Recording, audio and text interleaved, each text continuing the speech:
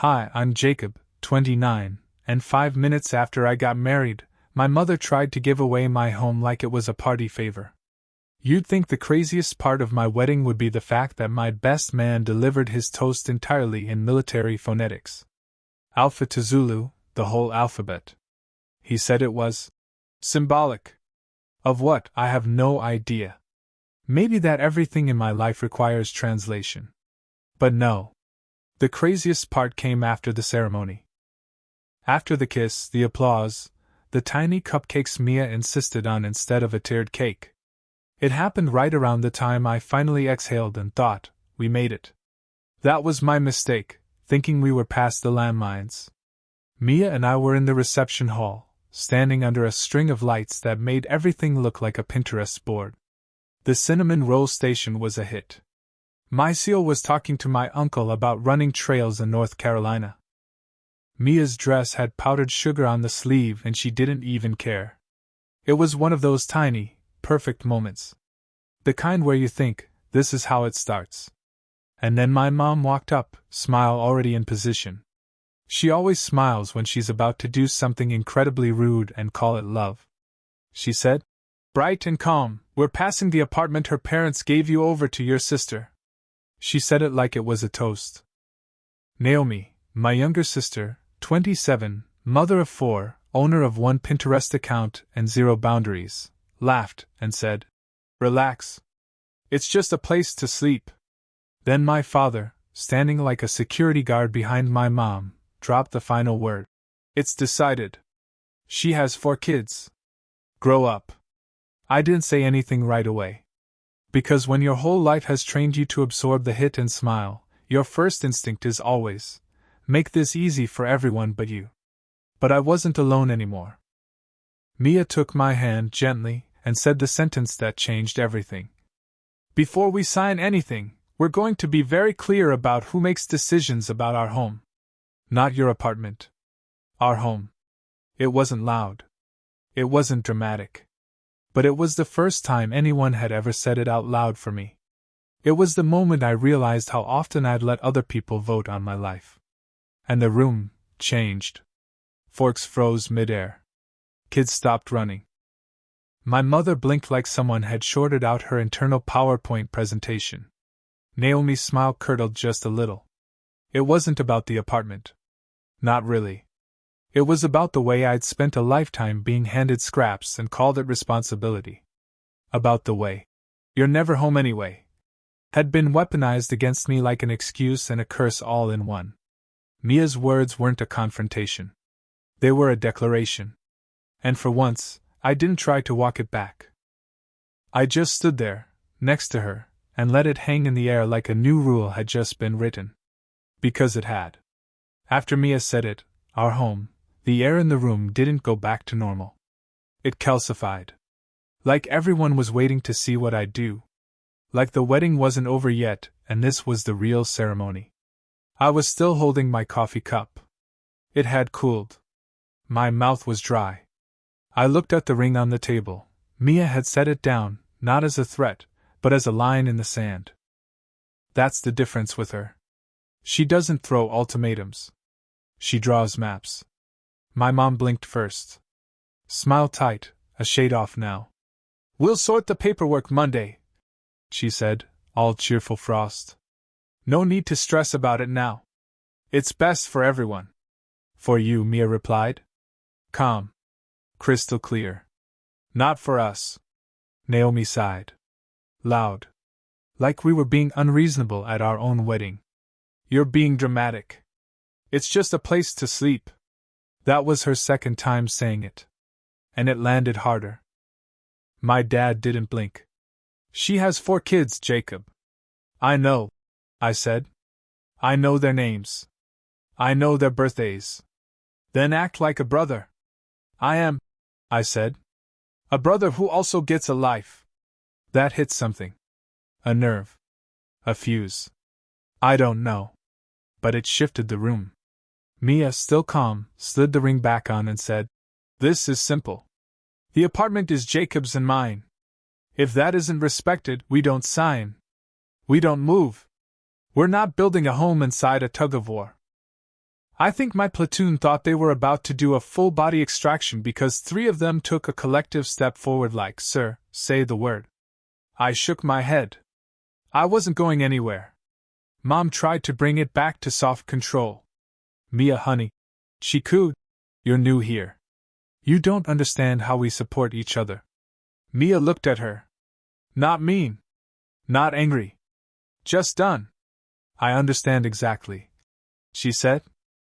"I've watched Jacob hand over weekends, paychecks, sleep, and every spare corner of himself. I've watched him be told he doesn't get a say because he's not around to say it. The phrase 'you're never home anyway' is not a family value. It's a way to erase him."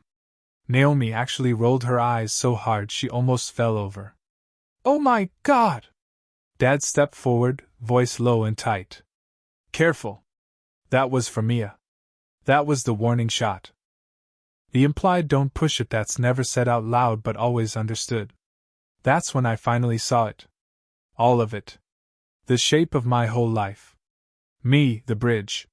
The background. The strong one. The one who can handle it. Then there's the traffic, family, needs, drama, driving across me endlessly. No toll booth. No off-ramp. Just expectation. So I did something I hadn't done since I was maybe 8 years old. I said no. "We're not giving you the apartment," I said.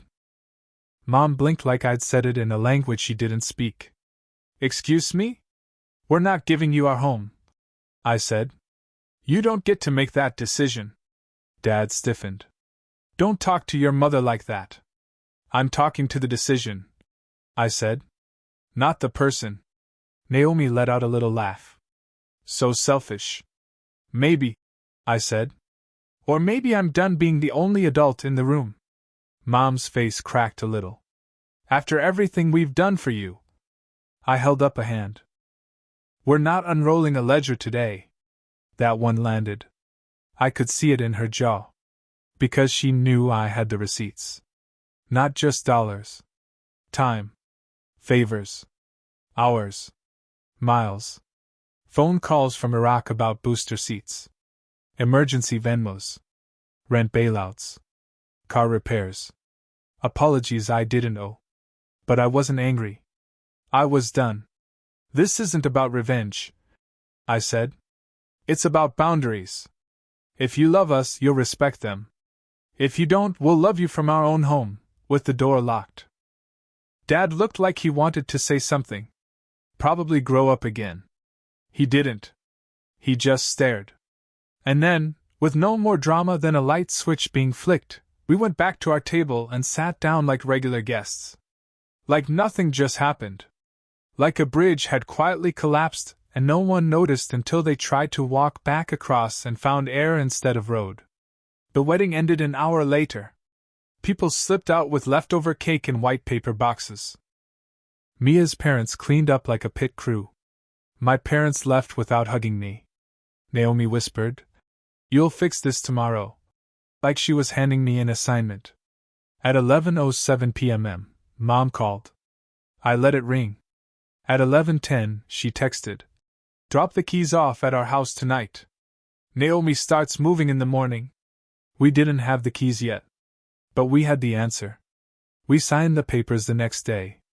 A notary's office that smelled like lemon cleaner and slow-burn tension.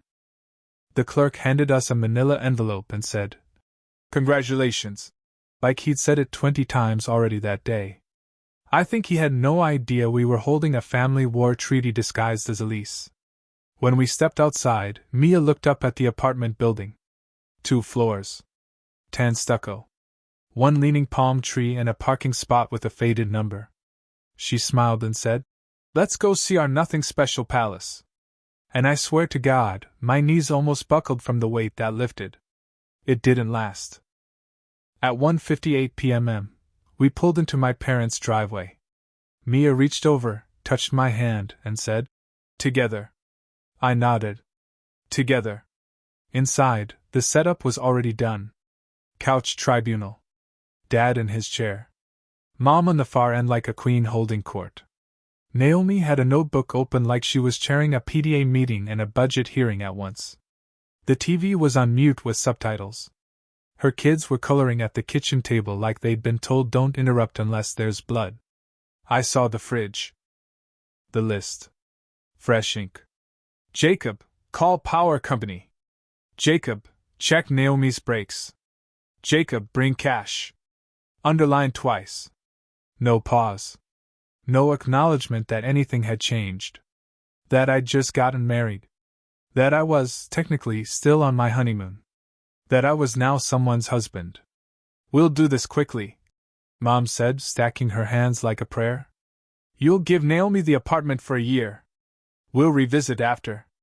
You're never home anyway. No, I said. Dad bristled. Don't speak to your mother like that. I'm not. I'm speaking to the plan. And the answer is no. Naomi didn't look up. Alternative, she said, flipping a page. You pay us $1,500 a month for 12 months. That's below market. Consider it an uncle tax.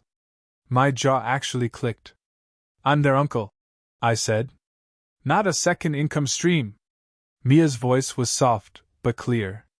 We're not negotiating our home. And that snapped something. Mom's whole face changed. She looked at Mia like she was finally realizing this wasn't a girlfriend she could outlast. This was someone who wasn't scared of their disappointment. You think you'll keep her?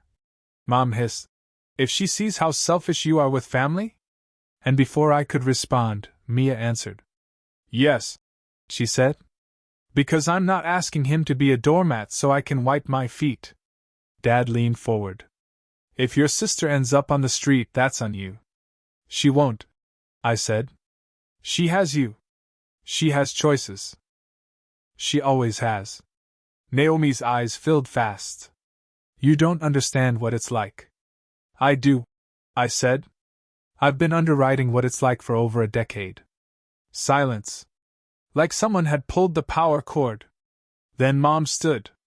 If you leave now, she said, voice shaking, you're not part of this family.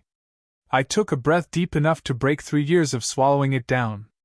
If that's the rule you need, I said, okay. I love you. We're going home. We left. Quiet. Not dramatic. No slammed doors. No screaming. But the kind of silence that sounds like a click. The click a lock makes when it finally slides into place from the inside. The first night in the apartment felt like camping in a model home. We had nothing but a mattress on the floor, 2 mismatched mugs, and half a bag of granola Mia's mom had tucked into our wedding leftovers. We sat cross-legged in the empty living room, eating handfuls of it straight from the bag while the sound of our laughter echoed off the bare walls. It was quiet. Too quiet, honestly. I kept reaching for my phone like a bomb might be ticking on the lock screen. And sure enough, it was. 23 missed calls. Text from Naomi. If you love me, prove it. A photo of her kids. Then just, wow. Cold. Then came the full-court press. At 7:20 the next morning, Saturday, there was a knock. Sharp. 3 quick raps, 1 long hold. The old family code. It practically said, we know you're in there, open up. I didn't move. Mia looked at me like, your call. Then, Jacob! Mom's voice. Open up. Then Naomi. The kids have to pee. My instinct? Get up. Fix it. Always. It was coiled in me like a second spinal cord. But I didn't move. The knock came again. We didn't answer. Instead, we texted, please don't come without asking. We're not home. It was a lie. It was also a boundary. My phone vibrated so fast it almost slid off the windowsill. Mom. How dare you? Naomi. The children were cold. Dad. This is petty. Eli. Bro, seriously? I flipped it over. Mia made pancakes. We ate slowly. Each bite was a ceremony. Later, Aunt Becca called. I just need you to know, she said. Your mom is telling people you locked children out in the snow. It's 48 degrees, I said. Yeah, Becca replied. But drama doesn't check the forecast. I didn't respond. I just stared at the inside of the door. That evening, Mia wrote something on a sticky note and pinned it right there on the wood. Do we want this? She tapped it twice. This is for us, she said. Not them. We made it a rule. Before opening that door for anything, requests, visits, conversations, we had to ask that question. If the answer was no, the door stayed shut. The next week was a full-blown siege. Mom emailed Mia's parents. As you know, Jacob is often absent due to his career.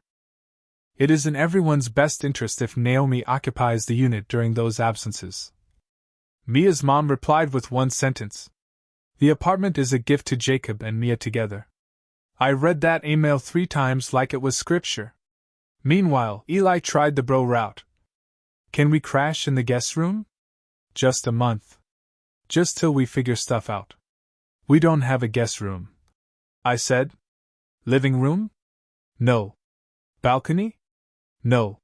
He swore. You've changed. I'm trying, I replied.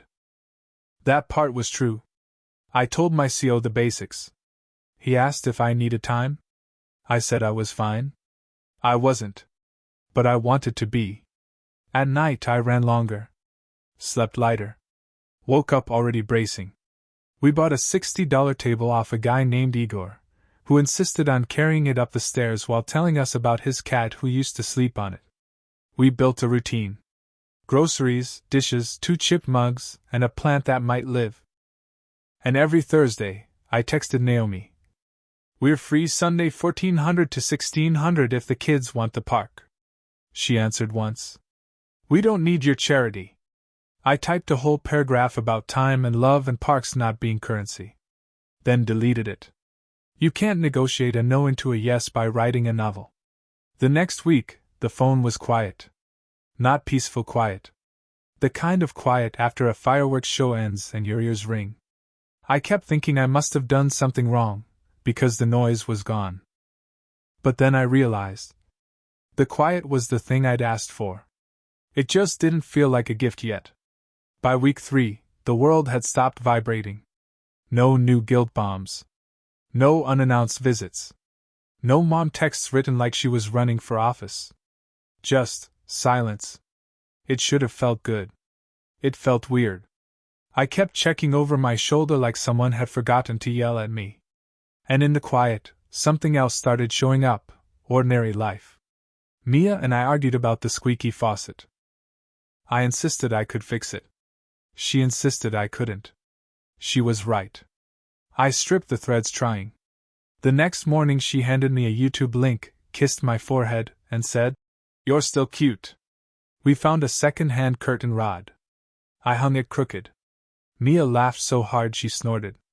Then fixed it while I did push-ups and pretended not to admire her problem-solving form. Every Sunday at 1500, I called Naomi's kids. No surprises. No extra. Just 20 minutes. If they didn't answer, I didn't chase. I called again the next week. No emergencies. No Venmos. No guilt-laced voicemails. And then, on a Tuesday, I ran into Mom outside the grocery store. She was smaller than I remembered. Not just physically. Something in the way she was standing, like her spine had lost a memo. She had both hands around the shopping cart handle like it might roll away without her. We locked eyes. She gave me that frozen half-smile. I nodded. We stood in silence for a beat, then she said, Are you happy?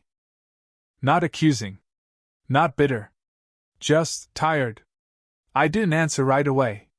Finally I said, I'm honest. She didn't argue. Just nodded like that cost her something. You're not the boy I raised, she said. I know, I said. I grew up. There was a long minute of nothing. Just a teenager pushing carts into each other behind us like metal chimes. I don't want revenge, I said. I want closure. I want a life where love isn't a bill. She blinked at that. Then just, we'll see. Maybe she will. Maybe she won't. I walked away without waiting for permission. That night, Mia handed me a marker. Write the rule down, she said. I stared at the note we'd already pinned on the door. Do we want this? And underneath I added, love isn't a bill. It felt dumb. And also perfect. The truth is, I'd spent my whole life earning a spot at a table I was expected to serve, but never eat at. Now? We had a wobbly $60 table with 2 chairs, 1 plant, and a window that whistled when it rained. It was ugly. And it was ours. And every time I turned that key in the lock, I remembered, it turned from the inside. It took exactly 24 days for Naomi to test the lock again. Saturday morning, 7:20 a.m. Knock. Knock. Knock. Then silence. Then Mom's voice, sing-song soft. Jacob, it's freezing out here. I checked the weather. It was 51 degrees and sunny. Not exactly Arctic. Then Naomi. The kids have to pee again. That line? Again. Mia and I froze, standing barefoot in the kitchen, coffee mugs in hand. We didn't speak. We didn't move. It felt like a test. And it was. I watched the door. I knew it like a familiar injury. Every scrape, every dent. I let the knocking stop. Mia texted. Please don't come without asking. We're not home. Another lie. Another boundary. Naomi's texts came in fast, like gunfire. Wow. How dare you? The kids are crying. You locked them out in the cold. Petty much? I turned the phone face down. Mia flipped a pancake. We sat down and ate slowly again. It felt like resistance in syrup form. Around noon, Aunt Becca called. I assume you know what your mother is telling people? Nope, I said, but I already had a sinking feeling. That you barricaded the door and made children cry in the snow. She added that Mia laughed. I blinked. We made pancakes. Just hang in there, baby, Becca said. Your mom's not used to the door locking the other way. Later that night, Mia pinned another note beside the first. Just because they knock doesn't mean you open. It was small. A reminder. A rule. We added more. Before we opened the door, or the wallet, or our schedule to anything, we stopped, pointed to the notes, and asked, do we want this? Is love being used as leverage? Does this feel like family, or debt? One day, Dad texted. Come by. Just you. 1900. I didn't go. I sent back a photo of our tiny balcony, 2 $10 chairs, a half-dead plant, and the sky. He replied with a single period. Just a dot. And I stared at it longer than I should have. That period felt like 29 years of quiet pressure. The kind you're supposed to fold under and call maturity. 2 weeks in, I woke up on a Thursday, made coffee, looked around and realized something quietly massive. I hadn't braced for a crisis. There was no ping of panic. No buzzing guilt. No list waiting on the fridge. Just toast, the scent of rain, and Mia wrapped in a blanket snoring into the couch pillow. It was ordinary. That was the miracle. Not a dramatic resolution. Not forgiveness on a silver platter. Just no one else owned me that morning. And the feeling was terrifying. And perfect. Here's what they don't tell you about peace. It's suspicious at first. You check under it like it might have a trapdoor. You poke it like it might explode. You listen hard, waiting for the next request to land like a rock through your windshield. But peace kept showing up. Quiet, unflashy, unapologetic. I told Mia every request I got, even the weird ones. One was from Eli. Bro, can you float us $400 for a bounce house rental? It's for Emily's birthday. Naomi stressed. I showed Mia. She squinted. Do we want that? We laughed for 5 full minutes. We didn't send the money. But we did show up to the party, with juice boxes and a tiny gift Mia picked out. I played tag with the kids. Took photos. Then we left after an hour. Boundary, not boycott. I started building new reflexes. Saying no without guilt. Loving without overdrafting. showing up without surrendering. And my family didn't know what to do with me. I became unpredictable. They'd text and I'd reply with a time and a limit. Naomi, can you pick up the kids Friday after school? Me. Yes, if I get them by 1500 and drop off by 1700. I have plans. Naomi. Plans? Me. Plans? Once she wrote back, "You've changed." I typed out, "I grew up." Deleted it. Typed, "Yup." Sent. Sometimes the hardest sentence is the one that ends a pattern. The second hardest? Telling someone you love, "Not like this." We kept that rule posted. Do we want this? We said yes to some things. We paid for exactly one pair of school shoes, with a receipt and no open tab. We sent a grocery card, once. And I called Naomi's kids every Sunday, 1,500 hours, for exactly 20 minutes. No exceptions. No chasing. If they missed it, they missed it. I didn't chase anymore. One night I told Mia I felt like a bad uncle. That maybe I was punishing the kids for their mom's choices. She said, "You're teaching them something else. That love isn't made of guilt. That time matters more than money. That your job isn't to bleed so everyone else stays warm." She kissed my cheek and added, "Also, you're a pretty great uncle." I saw that thumb war technique. We laughed. I cried. She didn't mention it. And then, silence. Real silence. Days without a message. Weeks without an ambush knock. No long emails from Mom. No pity paragraphs. No guilt bomb calls. At first, I thought they were planning something. But then I realized. They were learning. Not liking it. But learning that the lock only turned one way now. And that access was no longer inherited. It had to be earned. It happened on a Sunday afternoon. The kind where the light hits the window just right and even the dishes in the sink look poetic. Mia was folding laundry with one foot tucked under her. I was on the floor fixing a drawer that didn't slide right. There was a knock. Not a family knock. Just a knock. I opened the door. It was my mom. No entourage. No clipboard. No Naomi. Just her, standing there with a Tupperware of something that might have been lasagna. She didn't smile. "Can I come in?" she asked. I looked back at Mia. She gave me a nod. We sat at the wobbly $60 table.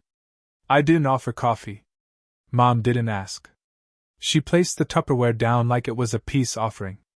Then she looked at the door. At the note still taped there. "Do we want this?" She read it quietly. Then, "You really mean it?" "Yes." She swallowed. "Naomi's adjusting." "She's capable," I said. "I used to think you were the strong one."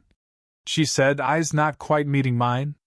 "Turns out, that made you easier to use." I didn't flinch. "I don't hate you," she said. "I know," I said. "But you didn't always see me." She blinked, and for a second, I saw a flicker of something raw and unguarded. "I do now," she said. We sat there for a long moment. No solving. No shouting. Just quiet. Tense but honest. She stood up. "I won't pretend it didn't hurt." The way things changed. "It didn't hurt," I said gently. "It stopped hurting. That's how I knew it worked." She nodded once. "Picked up the lasagna. You'll let me know if you want dinner." "We'll ask," I said. She left. No threats. No guilt. No ledger. Just a woman walking down 2 flights of stairs a little slower than she used to. That night, Mia and I sat on the balcony. The chairs still wobbled. The plant was doing better. We ate leftover pancakes and watched the sky fade to orange. "Are we okay?" I asked. "We're building," she said. That's what it was. Not a happy ending. Not a perfect resolution. Just a beginning, quiet and slow and earned. I'm Jacob. I'm 29. I'm the son who finally stepped out of the background. I have an apartment with 2 chairs and a door that locks from the inside. I have a partner who doesn't ask me to prove my love by disappearing. And I have a rule now. It's taped to my front door and etched somewhere deeper. Do we want this? If the answer's yes, we open the door. If not, we stay home. Together.